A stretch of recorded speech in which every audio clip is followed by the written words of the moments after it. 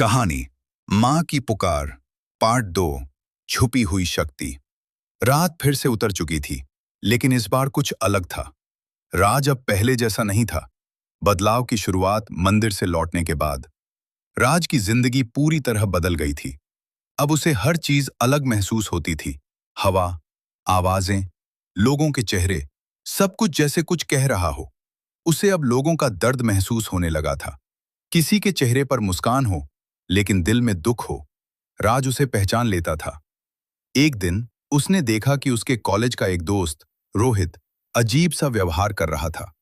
पहला संकेत, रोहित पहले बहुत खुश रहने वाला लड़का था, लेकिन अब वो अकेला रहता था, किसी से बात नहीं करता था और उसकी आंखों में एक अजीब सा डर था। राज ने उससे बात करने की कोशिश की।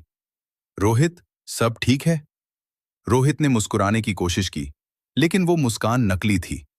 हाँ, सब ठीक है। लेकिन राज समझ गया, कुछ बहुत गलत है। अंधेरा साया उस रात।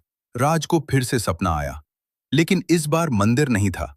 इस बार एक अंधेरा कमरा था और वहां रोहित खड़ा था। उसके पीछे एक काला साया था। वो साया धीरे धीरे रोहित को घेर रहा था और फिर वही आवाज आई, उसे बचाओ। राज अचानक उठ गया।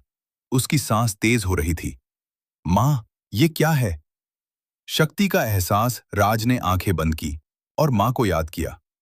कुछ ही पल में उसे अपने अंदर एक अजीब सी ऊर्जा महसूस हुई, जैसे कोई उसे दिशा दिखा रहा हो। अगले दिन वो सीधे रोहित के घर पहुंचा।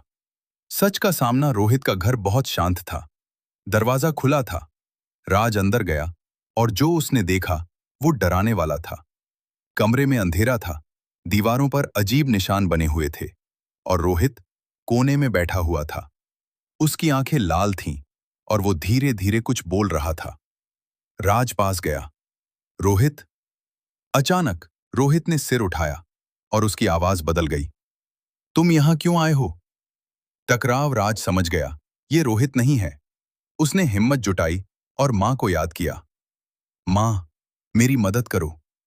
अचानक राज के हाथ अपने आप जुड़ गए और उसके मुंह से निकला, ओम दुन दुर्गाय नमः। जैसे ही उसने मंत्र बोला, कमरे में हलचल होने लगी।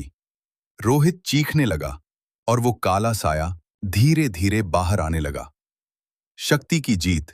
राज लगातार मंत्र बोलता रहा, ओम दुन दुर्गाय नमः, ओम दुन दुर्गाय नमः।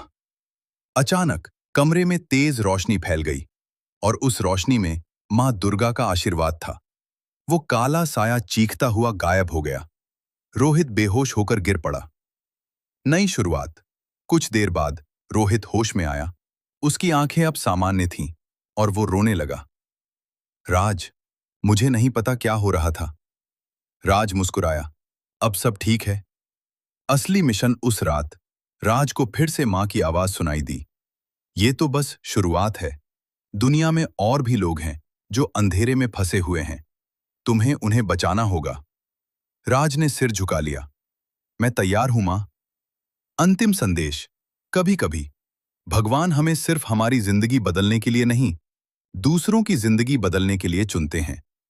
अगर आपके दिल में सच्चाई है और आप किसी की मदद करना चाहते हैं, तो समझ लीजिए, मां आपके साथ हैं।